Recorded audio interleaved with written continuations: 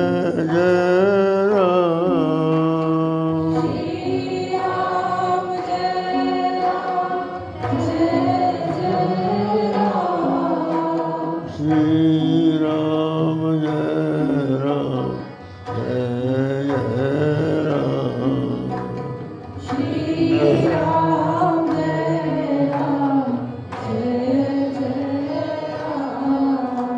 श्री राम जय राम जय जय राम। श्री राम जय राम जय जय राम। धर्म की अधर्म का प्राणियों में विश्व का गो माता की गो हत्या। हर हर महादेव। हम लोगों ने स्वामी करभाती जी से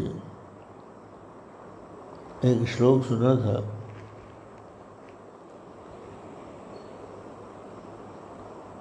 बुद्धयो यत् गच्छन्ति तत् गच्छन्ति वानराः। शास्त्राणि यत् गच्छन्ति तत् गच्छन्ति ते नराः।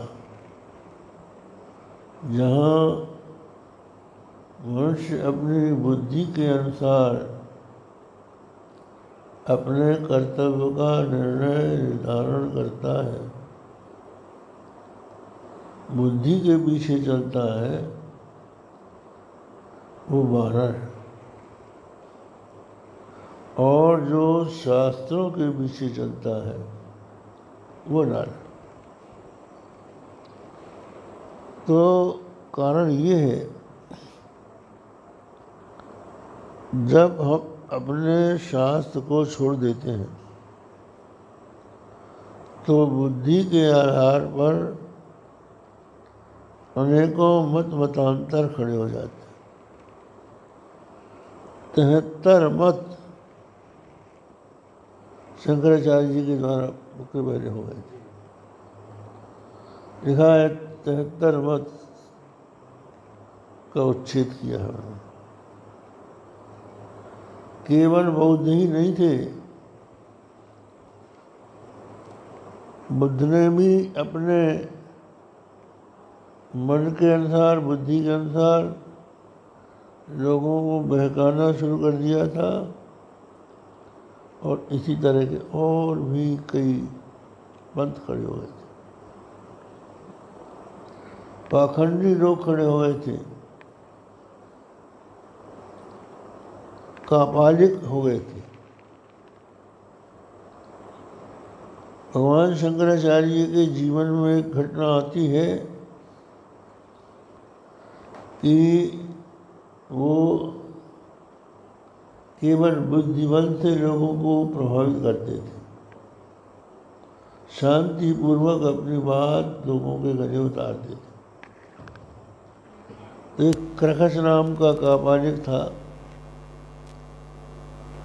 जो नरबलि चढ़ाया करता था। उसके सैकड़ों अनुयायी थे। तो वह शास्त्रार्थ के लिए आया,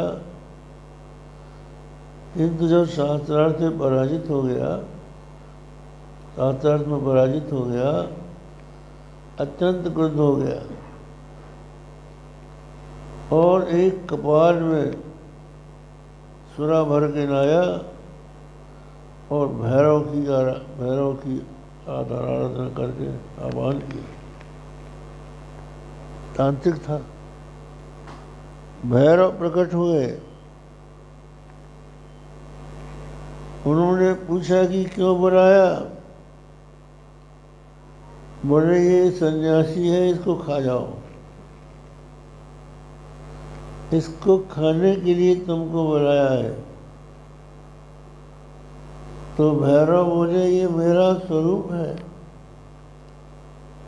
इससे तूने विरोध क्यों किया? और जैसे कोई ककड़ी चबा जाए वैसे भैरव ने वो कपाली को चबा लिया। उसके और साथी थे, वो दौड़े, भगवान शंकराचार्य के शिष्यों को मारने लगे। राजा सुधन्वा की सेना पीछे चल रही, उन्होंने उनका निग्रह किया। एक उदाहरण था, राजाश्रय में बड़ी शक्ति होती। जब कोई बात राजा कहने लगता है तो उस पर लोगों को विश्वास हो जाता है। तो उस समय राजा सुधन्वा भारत के सम्राट थे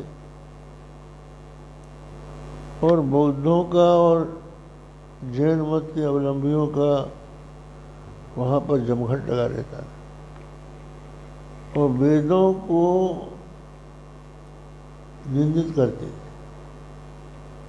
वेदों का अपहास करते थे। तो वहाँ एक कुमारिन भट्ट नाम के ब्राह्मण पहुंचे। कहते हैं उज्जैन में ये ब्राह्मण था, हाथ में पूजा की थाली लेकर भगवान महाकाल के आराधन के लिए जा रहा था। राजा सुधन्वा के महल के नीचे से जब निकलने लगा तो उसने सुना उसकी जो लड़की थी वो कह रही थी कि हमारे पिता बौद्ध बनने वाले हैं, वैदिक धर्म को छोड़ रहे हैं। किं करोमि क्व गच्छामि को वेदानुद्धरिष्यति, क्या करूं, कहाँ जाऊं, वेदों का उद्धार कौन करेगा। उसके नेत्रों से आंसू टपके और कुमारिन भट्ट की पीठ में आंसू गिरे। उन्होंने उस कन्या की ओर देख कर कहा, माँ शोचिषि राजपुत्री थम भट्टाचार्योस्मि पुत्रे। हे राजपुत्री, शोक मत कर, मैं भट्टाचार्य इस धरती में अभी हूँ। भगवान महाकाल की पूजा करके वो सभा में पहुंचे। वेदों का उपहास हो रहा था, अनेकों प्रकार की बातें हो रही थी। इतने में कोकिल का शब्द सुनाई पड़ा, कुहू कुहू कुहू। अन्योक्ति गई, मरिणई चेन्न संगस्ते, मरिणई चेन्न संगस्ते, नीचई काककुलई पिक, श्रुतिदूषक निर्हादई, श्लाघनीयम तदा भवे। अरे कोकिल, ये जो मलिन काक है, मलिन चेन्न संगस्ते, ये जो कभी स्नान नहीं करते, स्नान करना ही ये लोग अधर्म मानते हैं, ये इनकी सिद्धि। और शुद्ध दूषण निर्हादई, इनके मुंह से जो भी शब्द निकलते हैं वो श्रुति को दूषित करने वाले निकलते हैं। तो ये कौन है? काककुल है, काककुल के साथ। हे कोकिल, यदि तेरा संबंध न होता तो श्लाघनीयम तदा भवे, तो श्लाघनीय माने प्रशंसनीय हो जाता। अन्योक्ति इसको कहते हैं। अन्योक्ति का मतलब कहना कुछ है और कहते किसी का संबोधन करते। अन्योक्ति का आपको उदाहरण देते हैं। कोई व्यक्ति धन के अभिमान में आकर दीनों को अपमानित कर रहा हो तो उसके लिए अन्योक्ति है, या सत्य जलधर समय तब जो समृद्धि में लगी सी भविता, तटिन तटद्रो पातव पादक नेकम चिरस्थानी। अरे तटिनी नदी, ये जलधर का समय, वर्षा का समय चला जाएगा और तेरी जो पूर है समृद्धि, ये क्षीण हो जाएगी उस समय। पर आज जो तू अपने घमंड में आकर तीर के पेड़ों को गिरा रही है, ये पाप चलता है। वैभव बढ़ जाए, शक्ति बढ़ जाए और मनुष्य उसके अभिमान में आकर दूसरों के साथ अन्याय करने लगे, उसके लिए अन्य उक्ति है कि कई है। तो संस्कृत में ये आता है, उनका अरे कोकिल, अगर इन मलिन और दूषक शब्द बोलने वालों से तेरा संग न होता तो तू श्लाघनीय होता। तो वो कोकिल को उसको कह रहे थे, सुधनवा राजा को कहते, राजा सुधनवा को कोकिल कहकर समझा रहे। इनके साथ जो तू बैठा है, इसलिए तेरी कीर्ति धूमिल हो रही। तो वो बड़े चिढ़ गए और शास्त्रार्थ के लिए तैयार हो गए। अब दोनों का शास्त्रार्थ होने लगा बौद्धों जैनों के साथ। इधर कुमारी भट्ट वैदिक थे। कुमारी ने बोला कि महाराज हमको तो समझ में आता नहीं है, हम दिव्य परीक्षा लेंगे। उनमें एक पिटारी में, उन्होंने एक पिटारी में सांप रखकर सभा में लाकर कहा, ये बताओ इसके भीतर क्या है। जो इसका उत्तर देगा सही, हम उसके पक्ष में हो जाएंगे। तो वहाँ क्या था कि उन लोगों ने पहले से पिटारी में सर्प रखवा दिया था, षड्यंत्र करके। तो सोचा कि बस इसमें अगर सर्प निकलेगा, ये बोल नहीं पाएगा, तो हम जीत जाएंगे। लेकिन उन्होंने भगवान का स्मरण किया और कहा, हम बताते हैं इसके भीतर क्या है। भोगीश भोग शयना। भोगीश, भोगी कौन है? सर्प। उसका ईश्वर कौन है? शेषनाग। उस नाग के ऊपर जो शयन करने वाला है वो इसमें। पिटारी खोली गई तो उसमें सारग्राम मिल गई। तो सुधनवा राजा भगवान शंकराचार्य का शिष्य बन गया। अब क्या होता है, उन्होंने घूम घूम के बौद्धों का खंडन प्रारंभ कर दिया। पर बौद्धों के सिद्धांत क्या है, जब तक सही ढंग से उनको समझकर उसका उत्तर न दिया जाए तो अनुयोज्यानुयोग कहलाएगा।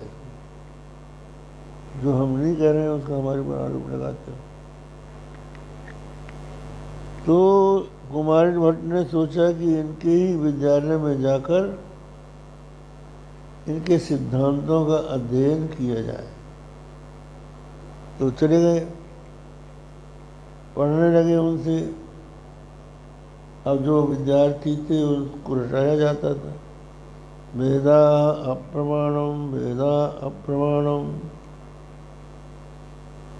नहीं सहन हुआ। होता है, अपने इष्ट देवता की कोई निंदा करे तो कहाँ सहन हुआ। जब तक किने राम की निंदा क्रोधवंत भयो गोविंदा। हजार निंदा सुने जो काना कहे पावलो गाना। तो वेदों की निंदा हम कैसे सुने? उनका वेदा प्रमाणम। तो सहपाठी शास्त्रार्थ करने लगे। थोड़ी देर में उन्होंने उनको निरुत्तर कर दिया। तो वो गुरु के पास कहेगा, महाराज ये तो कहता वेदा प्रमाणम। गुरु ने भी उनके साथ विवाद करना प्रारंभ किया। थोड़ी देर में गुरु को भी निरुत्तर करके पराजित कर दिया। पहला प्रमाण। अब ये क्या बात है? वेद का प्रमाण गुरु के सामने कुमारिल भट्ट ने जैसा किया वैसा ही हमारे भगवान आदि शंकराचार्य ने किया। तो उसका कारण क्या है? वेदों का प्रामाण्य करने का कारण ये है कि प्रमाणों का प्रामाण्य स्वतः होता है, अप्रामाण्य परता होता है। कोई भी बात कोई अगर कहता है तो वो सही मानी जाती है जब तक कि उसका खंडन न हो जाए। उदाहरण के लिए आप समझिए, आज के ज़माने में भी प्रमाणों के प्रामाण्य को स्वतः माना जाता है। यदि किसी व्यक्ति के ऊपर हत्या का आरोप लगा हो और मामला अदालत में चल रहा हो और कोई प्रत्यक्षदर्शी आकर कह दे कि मैंने इसको हत्या करते देखा, तो उसको फांसी लग जाएगी। अब उपाय क्या है? उसके लिए क्रॉस एग्जामिनेशन होता है, उसका फिर जरा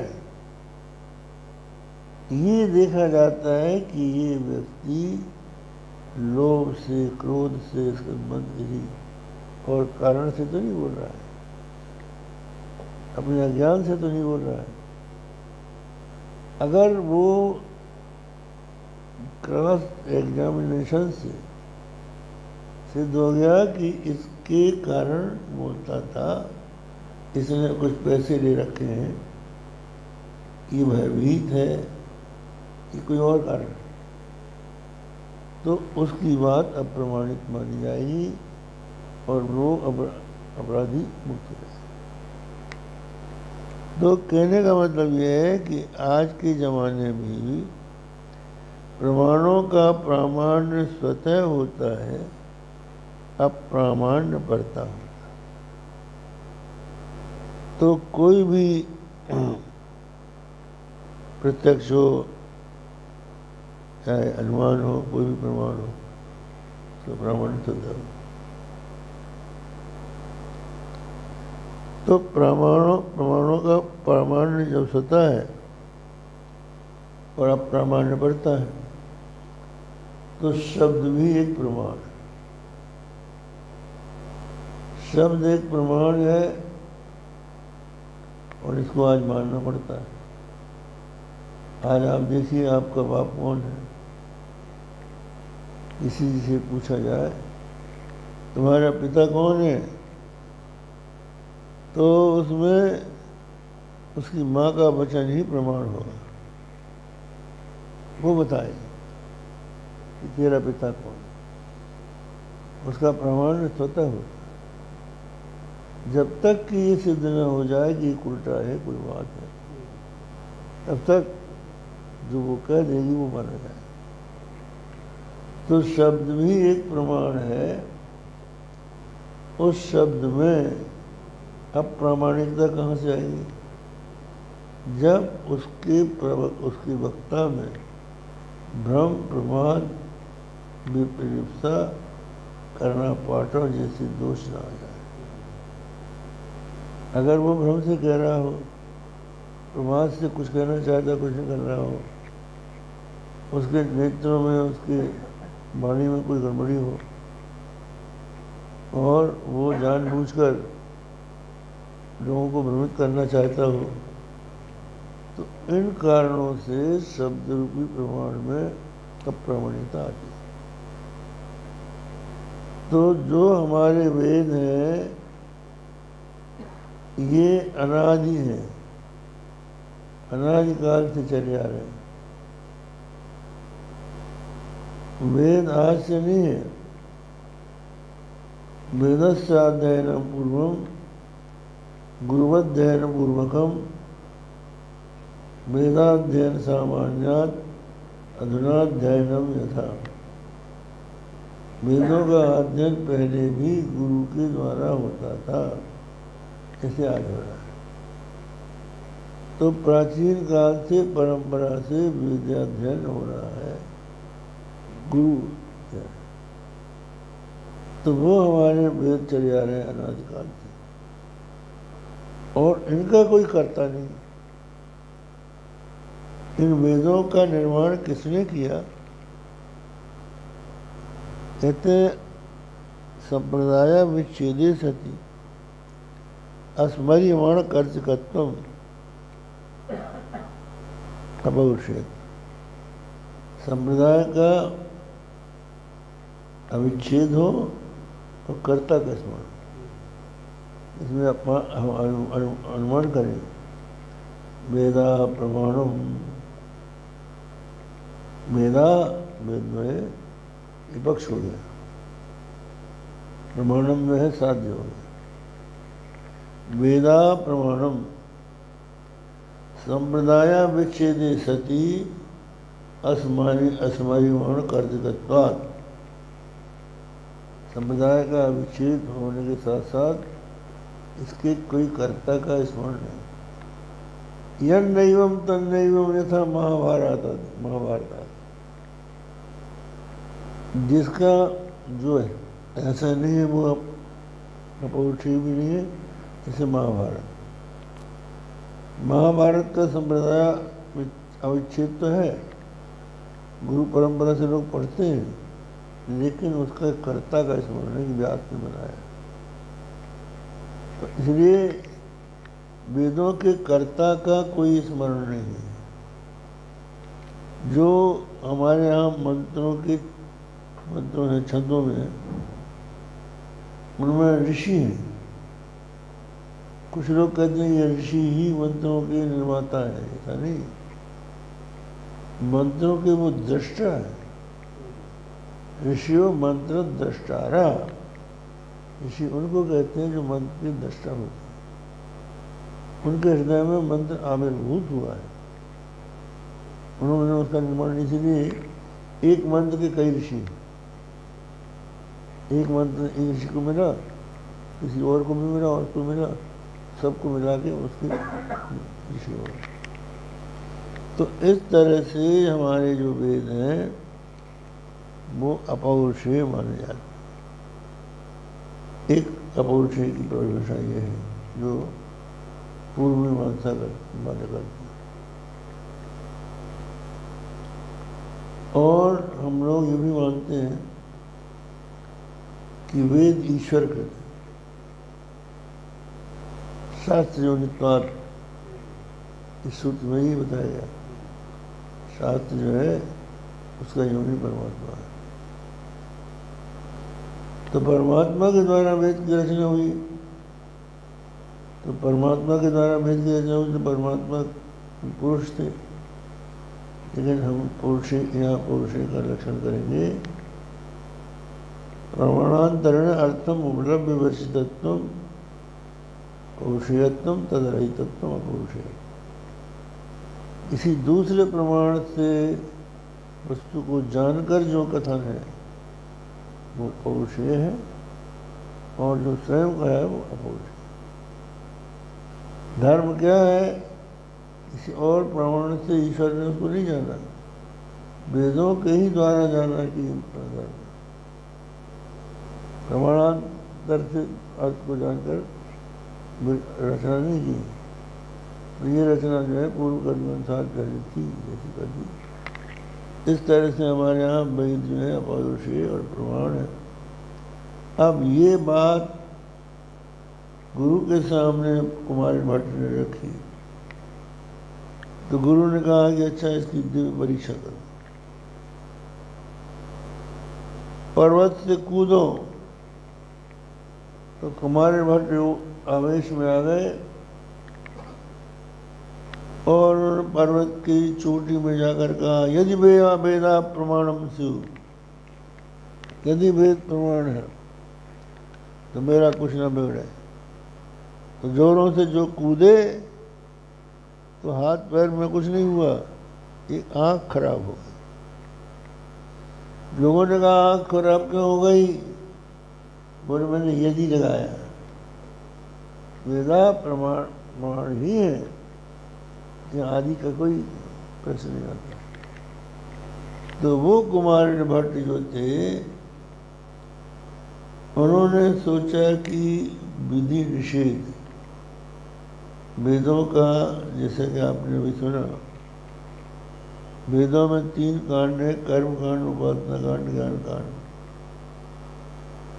तो कर्म कांड क्या है? ये कर्म कांड में कर्म का ही विषय है, विधि निषेध, क्या करना है क्या नहीं करना, ये जहाँ भी विचार हो वो कर्म कांड। विधि निषेध में करी मन हरणी, कर्म कथा रविनंदिनी वर्णी। विधि निषेध में करी मन हरणी, ये करना चाहिए और ये नहीं करना चाहिए। ठीक है, तुम्हारा पक्ष सही है, लेकिन गुरु का अपमान नहीं करना चाहिए। गुरु को जो तुमने पराजित कर दिया, गुरु मुहूकृत तुम कृत विप्राण निर्जित भारता, श्मशाने जायते गृध्रा वृक्षा कंक गृद्ध कई वृता। गुरु को हुम कह के तुम कह के डाल दे ब्राह्मण को, तो बाद में पराजित करके उसको अपमानित कर दे, तुम्हें श्मशान का वृक्ष बनता है, इसमें कौआ चील ये सब बैठते हैं। तो उन्होंने कहा भाई हम तो अब प्रायश्चित करें। तो प्रायश्चित क्या है?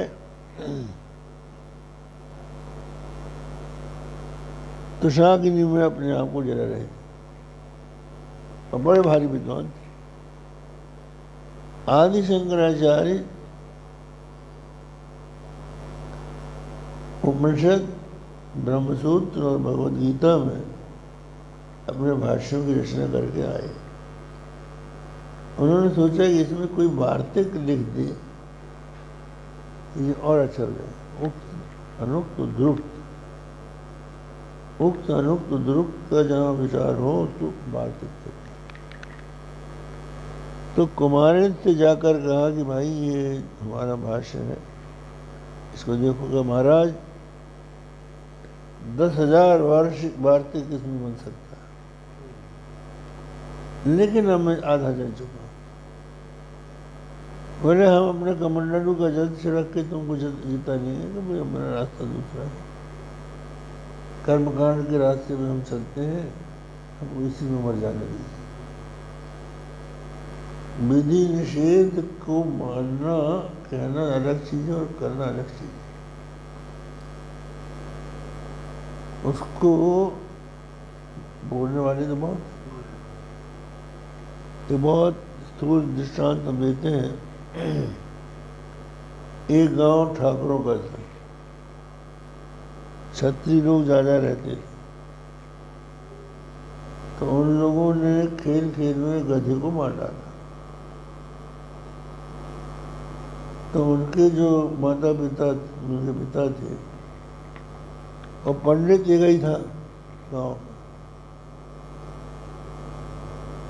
तो पंडित से जाके कहा महाराज हमारे लड़कों ने खेल खेल में गधे को मार डाला है, क्या इसका प्रायश्चित, क्या प्राप्त होता है? प्रायश्चित करना पड़ता है? अरे कब बहुत करना पड़ता है, गधे को मार दिया तुमने लड़कों। महाराज फिर आप बताइए प्रायश्चित में क्या क्या रहेगा, कि हम लिस्ट बनाएंगे। लिस्ट बनाने के लिए पंडित जी उठे ही थे कि किसी ने कहा कि मारने वालों में आपके बेटा संतोष भी थे। दोनों ने श्लोक बना दिया, 4 लड़का ठाकुरों के, 5वें संतोष, और गधा मर गया, मर जाने से पाप न दोष।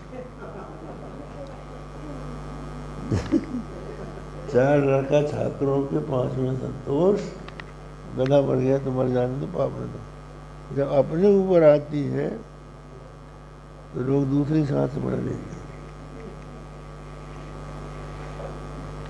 तो कुमारिन भट्ट ने तो शाग्नि में जन के ये बताया कि शास्त्रों के विधि निषेध को क्रियान्वित करना ही चाहिए,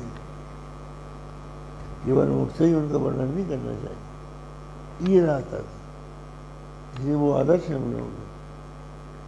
और इसलिए माना जाता है कि वेदों के कर्मकांड भाग का उद्धार कुमारिन ने ही कर दिया। फिर भगवान शंकराचार्य ने क्या किया? वो श्लोक है, वक्तारमासाद्यमेव नित्य सरस्वती स्वार्थ समन्वितासी नरस्तदुत्तर्क कलंक भंगा नमामि तं शंकरमर्षितांग्रिम। तो जो कर्मकांडक विभाग था, कुमारिन भट्ट ने और उनके अनुयायी मुंडन मिश्र ने, और उनका जो मूल था सबर स्वामी का भाष्य जैमिनी के सूत्रों पर, उनमें पर्याप्त विवेचन कर्मकांड का हो चुका था। वेदों के प्रामाणिक की भी चर्चा अब जैसा आप लोगों ने सुना उससे उन्होंने की थी। लेकिन जो उपनिषद भाग है, उस उपनिषद भाग में प्रामाण्य है। तो ये बात रह गई थी, इन लोगों ने इस विषय को छोड़ दिया। भगवान शंकराचार्य ने उपनिषद भाग के भी प्रामाण्य को स्थापित कर दिया, अद्वैत सिद्धांत को पक्का कर दिया। और वेदों के प्रामाण्य को सुस्थिर करते ही वेदानुकूल स्मृतियां प्रमाण हो गई। स्मृतियों में हमारे पुराण, महाभारत, रामायण आ जाते हैं, ये सब प्रमाण है। और इनके अनुसार जो हमारे आचरण थे, आचार विचार थे, प्रायश्चित थे, वो सब प्रामाणिक हो गए। और जो जिसका अधिकारी था, तो सब लोग ब्रह्म ज्ञान के अधिकारी नहीं थे। साधन चतुष्टय संपन्न अधिकारी ही वेदांत के श्रवण का अधिकारी होता है। विवेक, वैराग्य, षट संपत्ति, मोक्षा, साधन चतुष्टय कहलाते। तो इनके लिए आवश्यक है कि पहले विवेक वैराग्य के लिए चित्त को शुद्ध किया जाए। चित्त में 3 मल होते हैं। एक मल है पाप, मनुष्य के शरीर की वजह से पाप हो गया, तो ये एक पाप हो गया। इसको कहते हैं कर्मकांड से, धर्म का पालन करने से ये मन दूर होता है। और दूसरा मन होता है चित्त की मलिनता, ये उपासना से दूर होती है। और तीसरा मन होता है अज्ञान। अज्ञान की निवृत्ति ज्ञान से होती है। तो तीनों प्रकार के मन की निवृत्ति के लिए प्रारंभ से लेके चलना पड़ता है।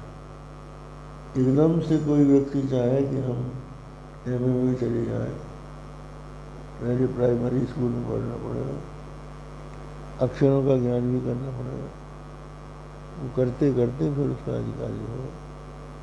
तो भगवान शंकराचार्य ने, जैसा कि अभी आपने सुना, भगवती राजराजेश्वरी की आराधना का उपाय बताया।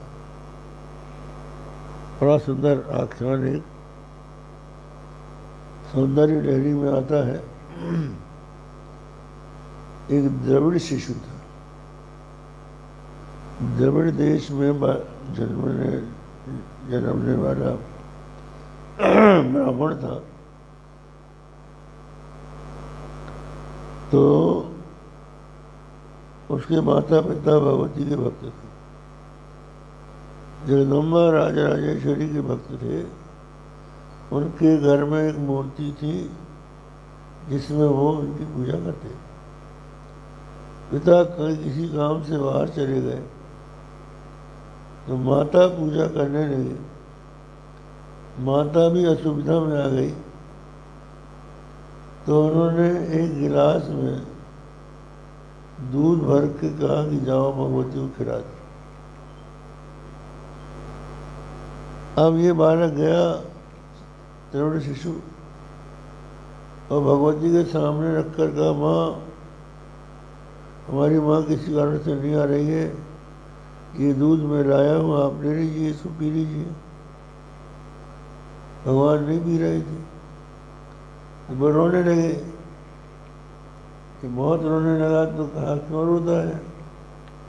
कहा, जब हमारे पिताजी लाते थे तब आप पीती थी, माता नहीं आती थी तब आप पीती थी, मेरे जाने पर क्यों नहीं पीती हो?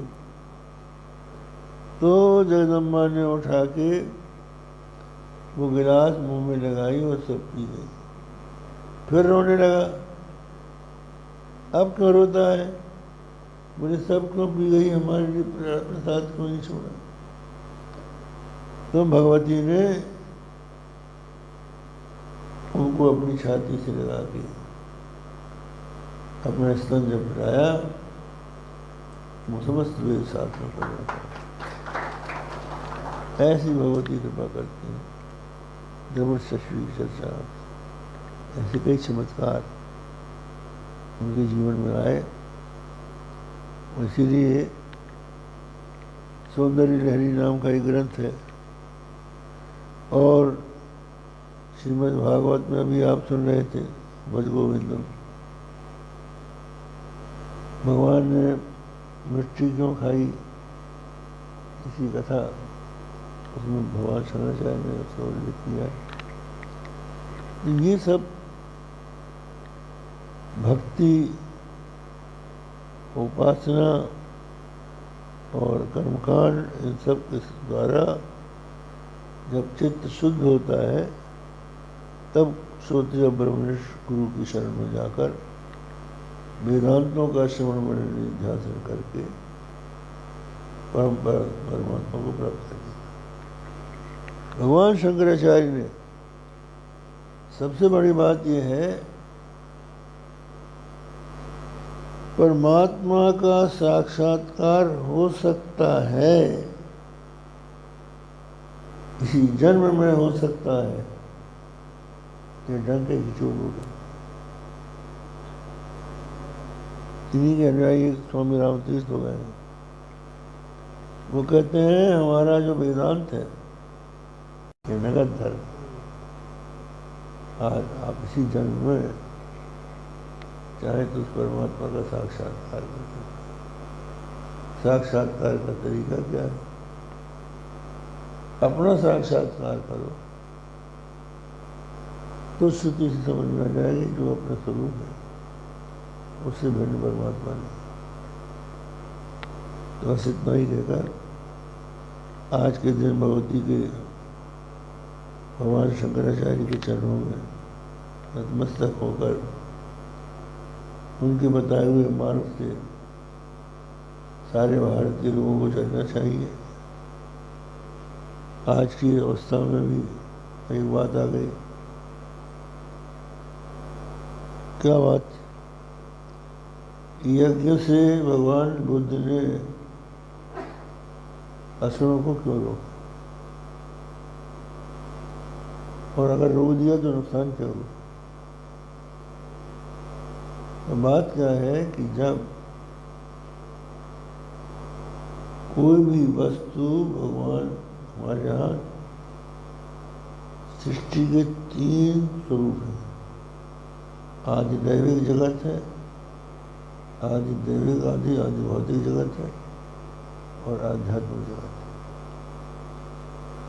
अध्यात्म, अधिदेव, अधिभूत, तो हमारे शास्त्रों में अजदेव को भी मनाया जाता है। अजदेव को मनाने का तरीका है, अगर हम पितरों को अपने प्रसन्न करना चाहते हैं तो पितृतर्पण कीजिए, श्राद्ध कीजिए, दान कीजिए। और अगर देवताओं को प्रसन्न करना चाहते हैं तो हम उनके लिए हवन करें, यज्ञ करें। ये बात। और ये आप सोचिए कि क्यों उनको रोका गया, क्यों इसे रोका गया कि विधिहीन यज्ञ जो है वो तामसिक यज्ञ होता है, उससे देवताओं की तृप्ति नहीं होती। आवश्यक होता है कि जिस विधान से जो कर्म किया जाता है उसी विधान से किया जाता है। हम लोगों ने पढ़ा है कि भीष्म पितामह गया में गए पिंडदान करने के लिए, तो जब उन्होंने पिंड बनाया तो उनके पिता शंतनु का हाथ ऊपर आ गया, कहा बेटा डाल दे।